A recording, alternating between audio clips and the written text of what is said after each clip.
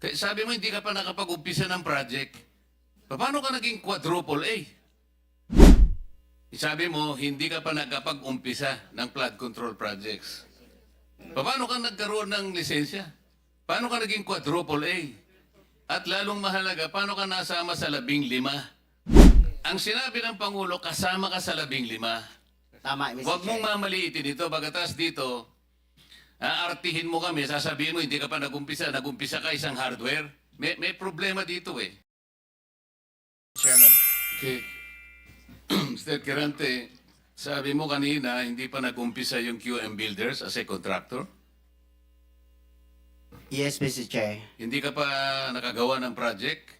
Hindi pa kasi yung nag-asawa ko ng 1991, nag-upisa kami sa hardware. Yung maliit na hardware, nagtitinda lang bambo, mga ganun eh. Mga lipa. Bakit nasama ka sa 15 contractors sa listahan ng Pangulo? Kanina tinatanong ko, wala bang kukontra dito sa sinabi ng Pangulo na 545 billion worth of flood control projects ay ito lang mga 15 contractors ang nakakuha, kasama ka, QM Builders. Nandiyan ka pala, bakit hindi ka kumontra? Ba't ngayon sinasabi mo, hindi ka pa nakapag... Pasensya, Mr. Chair, kasi medyo nahiya ako. So sinasabi mo, mali ang Pangulo with respect to your Yung company? data is mali eh.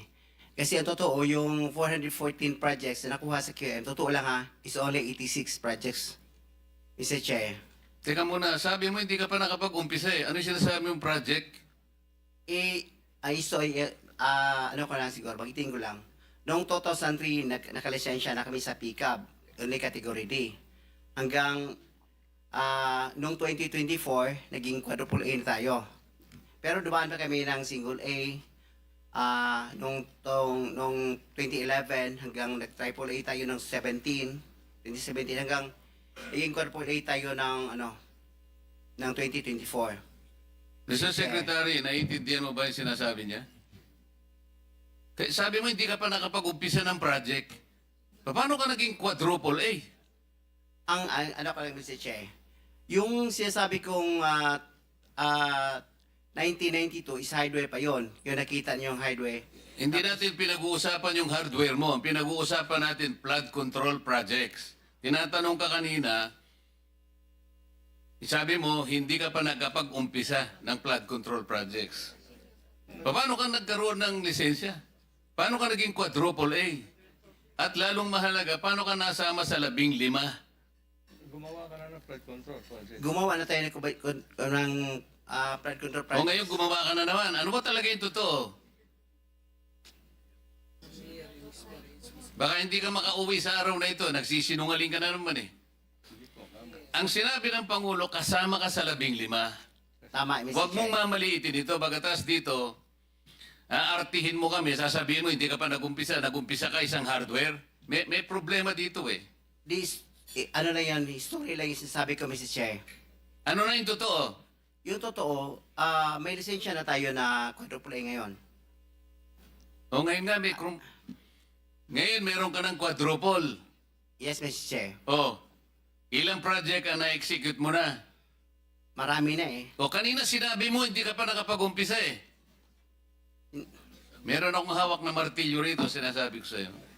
Mr. Chair. Huwag kang tatawa-tawa kasi hindi nakakatawa ito ha. Mr. Chairman. Dito lang nagsisinungaling ka na eh. Mr. Chairman, if I may. Yes, Mukhang Senator. nahihirapan kasi si Mr. Kirante mag-explain.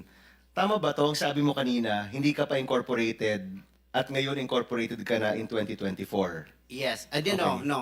Hindi rin. Yung incorporated, yung on process pa yun, hindi pa namin na-approve. So lahat ng project na ginawa mo, sole proprietor. Yes, Your Honor. So nakapag-project ka na. Yes, Your Ano Honor. yung sinasabi mong hindi ka pa nagsisimula or hindi mo pa nagagawa? Yung incorporated, kasi hindi pa na-approve yung namin, hindi pa naman na-practice, hindi pa na-transfer from sole proprietorship into... So kaklaruhin ko lang, marami ka ng project at tama na isa ka sa top 15, correct Mr. Kirante? Yes, Your Honor. Pero hindi ka pa incorporated. Hindi pa. Yun sole yung pa rin. sinasabi mong hindi ka pa incorporated. Yes, Your Honor. Yun yung binabanggit niya kanina, Mr. Chairman. Malabo pa rin eh. Mr. Secretary, Tumatanggap ka ng isang sole proprietorship na mag-undertake ng flood control? Well, Mr. Chair, actually, he has the pickup licensing. His Paano siya license- nagkaroon ng pickup license as a contractor? He has the a pickup license. Paano ka Credited. nakakuha ng pickup license, Wala pa Mr. nung, Kirante? nung- Sole wala- proprietorship ka lang? Yes, Mr. Chair. Kailan mo nakuha yan? 2003. Hanggang nag-upgrade tayo sa 2007, naging B tayo. Hanggang 2011, naging A tayo. Yung 2017, naging triple A tayo. ano yung net financial contracting capacity mo as a as a sole proprietorship? 40 billion, Mr. Chair. 40 billion? Yes, Mr. Chair. Yung financial statement mo, padala mo sa amin.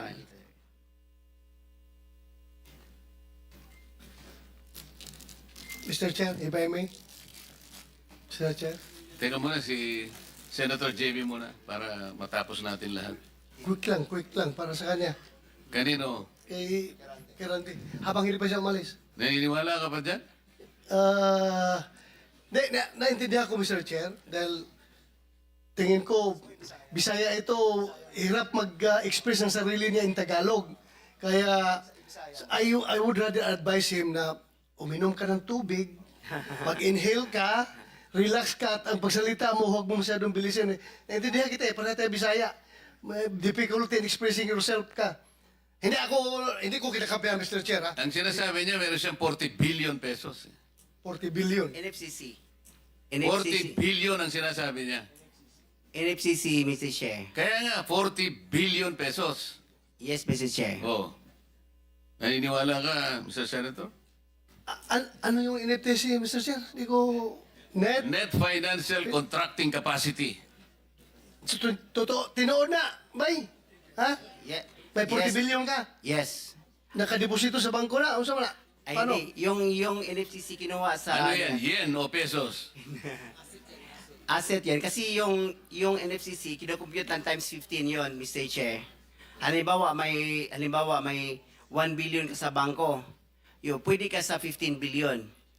Mm. So, halimbawa, may pera ka sa bangko na 2 billion, ibig sabihin, pwede ka sa 30 billion. Yan ang computation. Kaya tayo yung pera natin, kasama na yung mga assets, more than 2 billion. Kaya, i-multiply natin ng 15, abot ng 40 billion.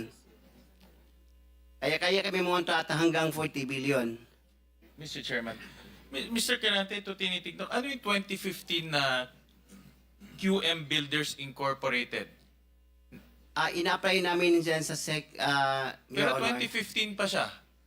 Pero hindi pa namin tinatransfer Transfer to? to sole proprietorship into incorporated. Hindi, ito incorporated na ito eh. This is a corporation. Kasi ang explanation ng bookkeeper natin, yung natin ga-handle, yung experience from sole proprietorship, itatransfer muna sa Hindi, iba yung experience, iba yung corporate entity ha. In corporate entity is 2015 nandyan na siya. Pero sinasabi nyo, walang nangyayari. Wala nangyayari. Ang Ina-apply lang. ginagamit nyo since noon pa ay yung inyong sole proprietor. Yes, Your Diyan Honor. pumapasok inyong income, in other words. Yan yung ginagamit yung pagbibid ng mga projects. Yes, Your Honor. Tama? Ganun ba? Ganun ba ho ang interpret? So, dalawang entity, yung sole proprietor at yung incorporation. Yes, Your Honor. Okay. Sabit nyo na lang ho sa amin yung mga dokumento na yan. Thank you, Mr. Chairman. Senator JB? Thank you, Mr. Chair. Mr. Chair, siguro ang gusto natin dito, aside from the accountability that we're looking for, ang gusto natin ma-achieve in aid of legislation. Mr. Chair, I have the second bill that I filed in this Congress is a comprehensive master plan for infrastructure development na kahit sino po ang maging presidente, when it comes to infrastructure, especially big ticket items, dapat po tuloy-tuloy. Tulad ho ng mga floodway projects, kanina nabanggit ni Secretary, it transcends different multi-year po ito at it may transcend different administrations, no? Ang tanong ko lang, Mr. Secretary, siguro matagal na rin ho kayo nasa DPWH. Dati po, meron tayong Napindan, Channel, Manggahan Floodway, and other big flood control projects. Pero parang lately, do we have similar flood control projects of this magnitude? Yung ganito kalaki. Kasi sa tingin ko po, siguro sagutin nyo rin po ko, yung taon-taon na pinoproblema ng Central Luzon, ng Bulacan, ng Pampanga, kamakailan tayo nandito rin, ang kailangan po talaga rito, floodways, spillways, and water impounding. So, Mr. Secretary, at present, meron ho ba tayong ganitong mga uri ng proyektong ginagawa? Before the Secretary answers that question, let me acknowledge the presence of our senior Vice Chair of this committee, Senator Alan.